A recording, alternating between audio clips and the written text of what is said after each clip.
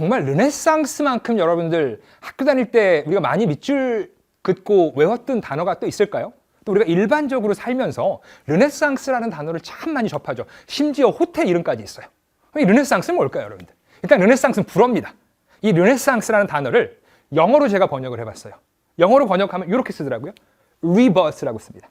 버스라는 얘기는 우리 버스데이라고 하죠. 태어났다는 얘기고 다시 태어났다는 얘기입니다. 다시 태어나다 보니까 우린 이걸 한국말로 뭐라고 쓰죠, 여러분들? 밑에 있는 부활이라고 쓰는 거예요. 그래서 우리가 학교 다닐 때 인본주의의 부활이다라고 배웠어요. 그럼 부활이라는 단어의 정의를 한번 내려보죠. 무언가 있었던 게 죽었다가 다시 살아난 게 부활 아닐까요? 그럼 도대체 여러분들 르네상스를 얘기하는 15세기 때는 도대체 무엇이 죽었다가 무엇이 살아났을까요? 우리가 그 죽었다 살아난 것에 대해서 한번 이해하고 르네상스 예술을 보도록 하겠습니다. 그걸 알기 위해선 바로 우리가 기원전에 활동했던 그리스 철학자 플라톤이라는 사람을 이해해야 되겠죠. 저번 우리 중세 강의에서도 얘기해 드렸지만 일단 그리스 로마의 특징을 한번 우리가 이해해 보셔야 될 것 같아요. 그리스 시대 때 가장 중요한 철학자 중에 한 명을 뽑으라면 바로 플라톤이라는 사람을 뽑겠어요. 그럼 우리 그리스 시대 때 플라톤은 무슨 얘기를 했죠? 이데아가 있다고 얘기를 하죠. 이데아라는 곳은 우리가 갈 수 없답니다. 볼 수도 없대요. 냄새를 맡을 수도 없는데 이데아가 있는 겁니다. 그냥 이상향이라고 보시면 좋을 것 같은데 그 이데아는 어떤 세상이냐? 본질이 살고 있다는 겁니다. 이제 우리가 본질을 생각하기 시작하는 겁니다. 그럼 여러분들 이데아에 살고 있는 사람은 사람의 본질이 살아야 되고요. 이데아에 살고 있는 동물들은 그 동물의 본질이 살아야 되는 겁니다. 그럼 본질은 뭘까요? 그래서 그들은 볼 수 없다 보니까 규칙을 정해놓죠, 여러분들.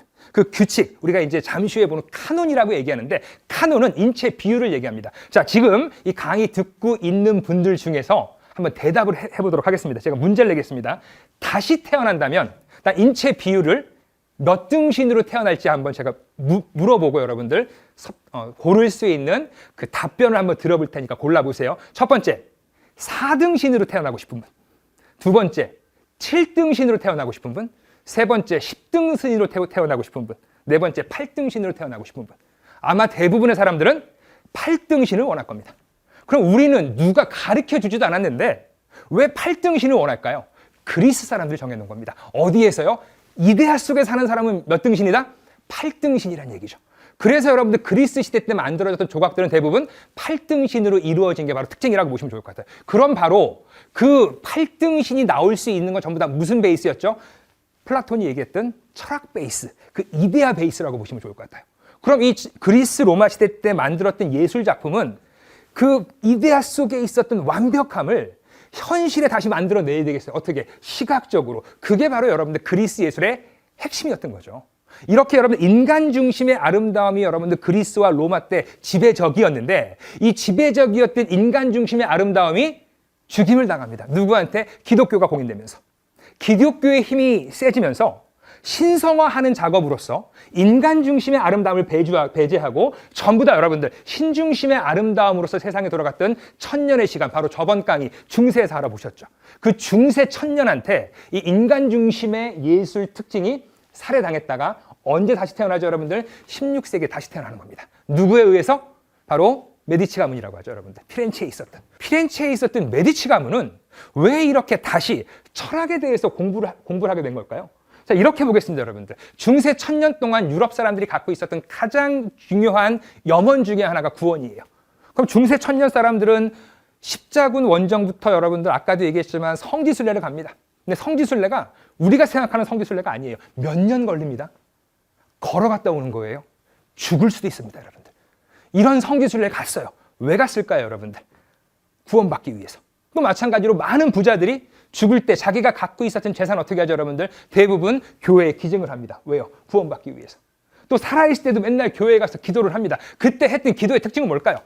세계 평화나 남북 통일이 아니겠죠. 나 잘 되게 해달라는 얘기입니다. 나 건강하고 우리 가족들이 어떻게 되게 해달라? 잘 살게 해달라고 했던 게 여러분들 당시 그들이 교회에 가서 염원했던 것들인데 1000년 동안 이걸 했더니 자기네들이 원했던 게 100% 이루어집니까? 안 이루어집니까? 안 이루어졌잖아요. 그 전염병은 왜 이렇게 많이 도는지, 또 전쟁은 왜 이렇게 많이 나는지, 많은 사람들이 죽는 겁니다. 여기에 대해서 의심을 하지 않았을까요, 사람들이? 이때 바로 의심했던 사람들 중에 하나가 바로 우리가 알고 있는 메디치 가문이었죠. 그럼 메디치 가문이 생각을 해봅니다.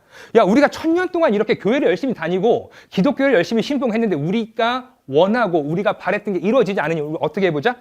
기독교가 오기 이전의 세상은 무엇이 있었는지 한번 공부를 해보자. 이게 바로 고전에 대한 탐구라고 보시면 되겠죠. 그래서 열심히 메디치 가문이 기독교 이전 시대였던 고전에 대해서 탐구를 하다 보니 그 많은 그리스 철학자 중에 한 사람을 뽑습니다. 그때 뽑혔던 사람이 플라톤이에요. 그럼 15세기 때 여러분들 피렌체에서 메디치 가문을 중심으로 당연히 누굴 공부했다? 플라톤 공부한 거죠. 그럼 플라톤을 새롭게 공부했죠, 여러분들. 그래서 우리가 15세기를 신플라톤주의라고 부르는 거예요. 그럼 우리 르네상스를 이해할 때 가장 중요한 건 뭘까요? 플라톤이 얘기했던, 아까 얘기했던 이데아 사상, 그 완벽한 세상을 이해해야 되는 거죠. 그 완벽한 세상에서 만들어졌던 그들이 추구했던 그 시각으로 봤을 때 완벽한 예술을 15세기에 와서 다시 재현하고 싶었던 마음이 분출됐던 사조가 바로 르네상스라고 간단히 이해하시면 좋을 것 같은데, 그럼 이거 한번 볼게요, 여러분들. 아까 얘기했던 카논이라고 했죠, 여러분들. 카논은 그 그리스 미술에서 이상적인 인체 비율을 얘기한다고 보시면 돼요. 7등신, 8등신 그렇게 이해하시면 좋을 것 같고요. 그 다음에 밑에 있는 요 영어 단어 한번 읽어보실까요? 제가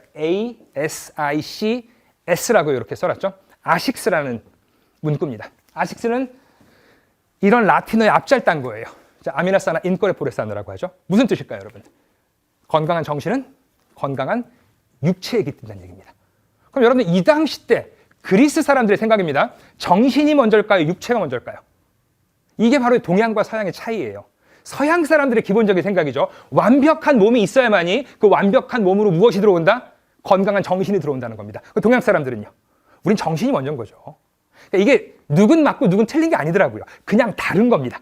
그러니까 21세기를 살아가는 우리들은 동양적인 것도 이해하시고 서양적인 것도 이해하시면서 두 가지를 같이 이해하는 게 가장 중요한 부분이지 않나. 그래서 우리가 단 예로 우리 영국의 옥스퍼드라든가 미국의 하버드를 가보겠습니다. 눈이 오는 겨울날도 그들은 반바지 입고 뜁니다. 왜 뛸까요? 이 사상이 있기 때문이에요. 그러니까 서양 사람들 머릿속에 있는 가장 중요한 철학적인 사상이죠. 건강한 정신은 어디에 들어간다? 건강한 육체에 들어간다. 어떻게 보면 여러분들 그리스 사람들이 얘기했던 가장 중요한 정신이 바로 이 아식스 정신과 또 마찬가지로 이 카논이라는 인체 비율이지 않나. 자, 이 아식스 정신이 있다 보니까 그리스 사람들은요.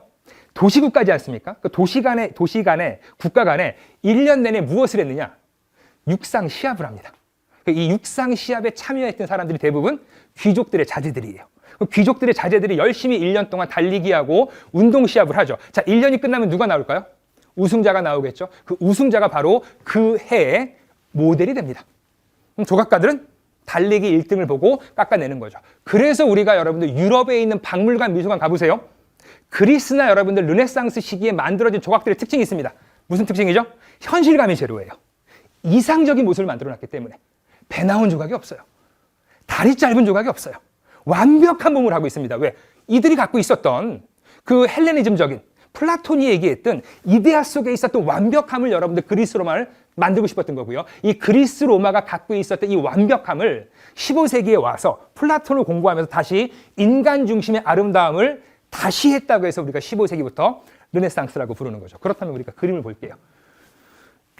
우리 이제 파리에 있는 루브르 박물관에 가면 항상 우리를 보고 이렇게 삐딱하게 서 있는 분이죠. 자, 지금 보고 계신 이 밀로의 비너스는 기원 전에 만들어집니다. 무슨 얘기냐면 지금부터 여러분들 2000년 전에 만들어진 작품인데 이 작품 어떻습니까?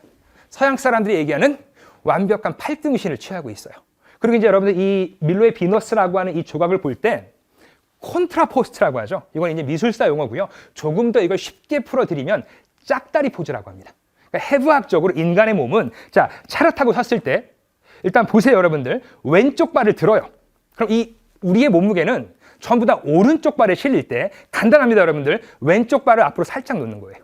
자, 이런 포즈를 취한다고 하면 제가 그래서 쉽게 짝다리 포즈라고 부르는데 짝다리 포즈를 취하고 있는 조각들을 봤을 때 보세요, 여러분들. 자, 왼쪽 엄지발가락과 배꼽과 인중을 중심으로 일직선을 그으면 이 몸은요, 일직선을 중심으로 완벽하게 S자로 휩니다. 우리 일반적으로 S라인을 좋아하십니까? T라인을 좋아하십니까?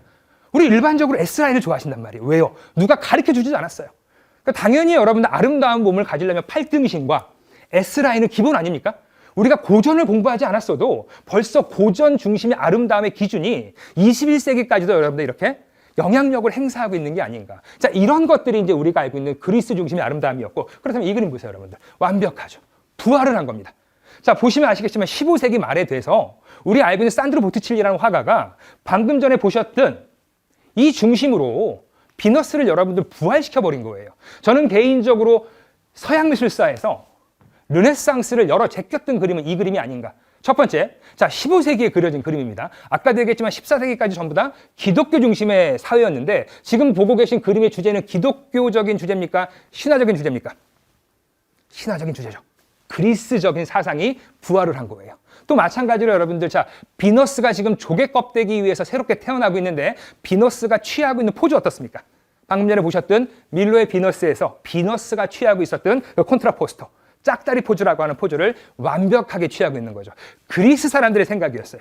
인간의 몸은 경직되어 있을 때보다는 움직이고 있을 때가 아름답다고 생각한 거죠. 그래서 이렇게 여러분들, 자, 왼쪽 다리를, 한쪽 다리를 앞으로 빼고 그 다른 다리에 몸무게를 실었던 콘트라포스라고 하는 짝다리 포즈를 이렇게 중심적으로 취하면서 작품을 했다. 이렇게 이해하시면 좋을 것 같고요. 우리 아마 이 강의 보시는 분들 중에 제가 이 연세는 다 어떤지 모르시겠지만 지금 나의 연세가 50 이상이다라고 하시는 분들은 수학여행 때, 특히 여자분들, 수학여행 때 찍었던 사진 보세요. 누가 알려주지도 않았는데 전부 다 콘트라포스를 취하고 있습니다. 그 정도로 그리스 사람들이 만들어놨던 이데아 속에 있었던 완벽함을 묘사하기 위한 그들의 기준으로서 그리스 때 만들어졌고 1000년의 중세라는 시간 동안 그것들이 못하다가 15세기에 다시 만들어지고 그러한 그 이상향들이 다시 부활을 했다고 해서 우리가 15세기를 바로 인본주의의 부활, 르네상스다라고 부른다. 이렇게 이해하시면 간단할 것 같고요. 자, 그 다음에 지금 앞에 있는 이 사진과 그림을 볼게요. 왼쪽에 있는 사진은 이것도 여러분들 바티칸에 있는 벨베데레 궁전에 있는 토로소라고 하는 작품이에요. 발견될 때부터 이렇게 몸뚱이만 발견이 된 거예요. 그러니까 머리도 없었고 팔도 없었고 다리도 여러분들 무릎 밑으로 없습니다. 그러니까 이탈리아 말로 토로소는 몸뚱아리라고 합니다. 근데 지금 보시면 토로소에 나와 있는 이 남자의 근육 어때요, 여러분들? 이게 바로 운동으로 다져진 그리스 사람들이 갖고 있었던 이데아 속에 있었던 완벽한 남자의 몸이라는 거죠. 그걸 시각적으로 조각을 해놓은 거예요. 자, 이 이후에 이게 발견되고 여러분들 박물관에 전시가 되고 있을 때 그 이후에 많은 예술가들이 로마, 바티칸에 가서 이 작품을 보았겠죠. 이 작품을 보면서 당연히 감동을 받았겠죠, 여러분들. 감동을 받고 카메라가 없다 보니까 많은 화가들이 이걸 데생을 하죠, 여러분들. 오른쪽에 있는 데생, 누가 한 걸까요? 루벤스의 데생이에요. 그러니까 17세기 우리가 알고 있는 바로크의 거장이라고 하는 루벤스가 8년 동안 이탈리아에 머물 때 가서 본 겁니다. 가서 보고 데생으로 남겨놓은 거예요. 왜? 가장 완벽한 그 인간의 신체 구조라고 생각을 했기 때문에. 이거 보겠습니다. 왼쪽에 있는 그림은 여러분들 18세기 영국을 대표하는 윌리엄 터너라고 하는 화가가 이탈리아에 갔다가 방금 전에 보셨던 토로소를 데생을 한 거예요. 자, 이렇게 고전적으로 만들어졌던 작품들이 16세기, 17세기, 18세기 계속해서 사람들한테 영향을 주고 있는 거예요. 그럼 여러분들 21세기를 살아가고 있는 우리들은 이런 고전으로부터 자유로울 수 있을까요? 제가 볼 때 아직 21세기도 고전으로부터 자유로울 수 없습니다. 자, 오른쪽에 있는 광고 보겠습니다. 이름은 얘기하지 않겠어요. 우리가 다 알고 있는 사람이고요. 또 지금 나와 있는 분이 입고 있는 옷도 우리가 다 알고 있는 브랜드입니다. 그럼 여러분들 이 브랜드가 이 모델을 기용해서 이 광고를 찍을 때 왜 이렇게 찍었을까요? 왜 이 아저씨는 여러분들 팔이 안 나오고요? 왜 이 아저씨는 보시면 아시겠지만 완벽하게 몸을 찍지 않고 무릎 밑으로 잘랐을까요? 그냥 우연일까요? 아니겠죠. 우리가 알고 있는 고전이 지금 살아가고 있는 21세기까지 영향력을 행사하고 있다. 어떻게 보면 우리도 지금 계속해서 르네상스 시대에 살아가고 있는 게 아닌가. 이런 광고를 통해서도 우리가 한번 알아볼 수 있습니다.